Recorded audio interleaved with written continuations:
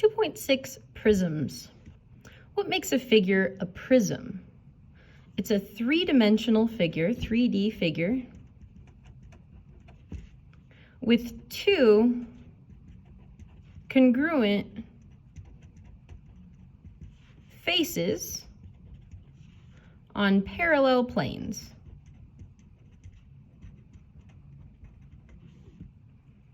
So it's a three-dimensional figure with two congruent faces on parallel planes. The congruent faces are polygons. So the polygons that we've learned, that would be our hexagons, octagons, heptagons, triangles, squares, rectangles, and they become three-dimensional by extending with rectangular faces. So here's some pictures of prisms. Name these prisms. So how do you name a prism? You name it by its congruent face. So in this case, we've got the congruent faces of triangles that are on parallel planes. So this is a triangular prism.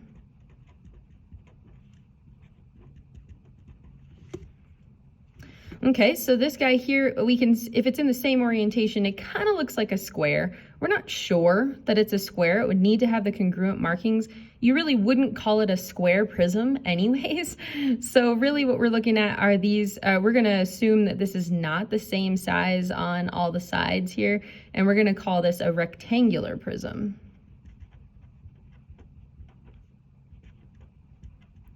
If you were looking at a square prism, if it really was a square prism, you would call it a cube.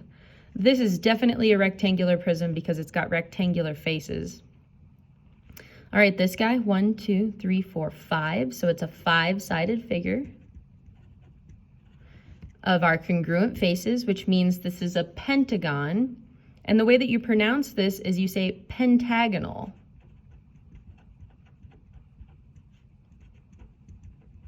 This is a pentagonal prism. So pentagon becomes pentagonal when you're talking about a prism in 3 dimensions. Let's take a look at this one. 1, 2, 3, 4, 5, 6, 7, 8. This is 8-sided. 8-sided congruent faces, and so this is octagonal.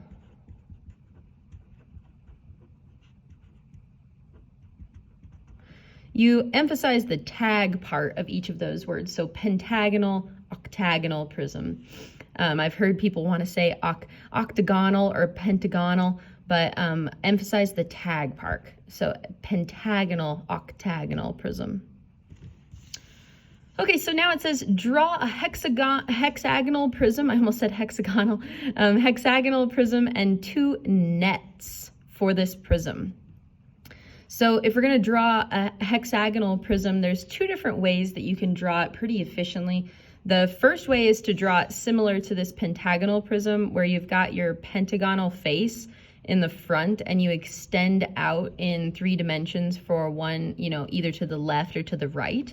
And then another way that you can draw it is so that your hexagonal face is on the top and draw your side lengths down. I'll let you kind of play around with which way that you'd like to try and draw it, but I'm going to show you one pretty easy method for drawing a hexagonal prism. So draw your best hexagon.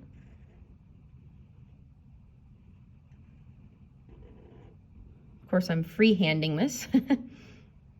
Then I'm going to offset down and to the right just a skosh. I'm going to offset another hexagonal face of about the same size. Do your best to draw them about the same size.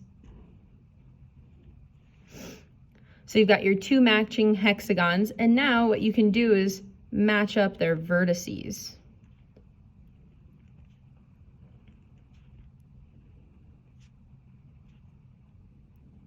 And voila, you've got a hexagonal prism. Again, you could try to draw it where you do your hexagonal face on top and draw your rectangular faces down, but this is a pretty quick and easy way to do it. So then it says draw 2 nets for this prism. So what do nets mean? Nets really means, if you're thinking about this as like a present that you had wrapped, what does the net look like if you unwrapped this present? So what does the wrapping paper look like if you laid it flat? There's 2 different ways to do it. So the first way to do it is to draw your one of your congruent faces. So draw a hexagon And then off of each hexagon comes rectangles. So off of each hexagon, you draw a rectangle. Of course, again, just freehanding.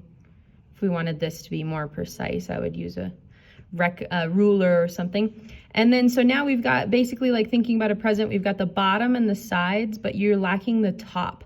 So then you can choose any of these endpoints and draw your hexagon top off of it. And now you've got your 2 faces and 1, 2, 3, 4, 5, 6 rectangular sides. The other way that you can do it is you can imagine that you unwrap it around the rectangular faces and the 2 hexagons sit on either side.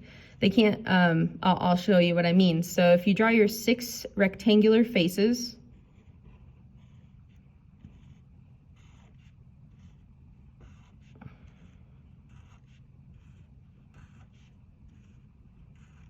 so that guarantees that you've got all your rectangles. This is not drawn to scale. Again, this is just a sketch.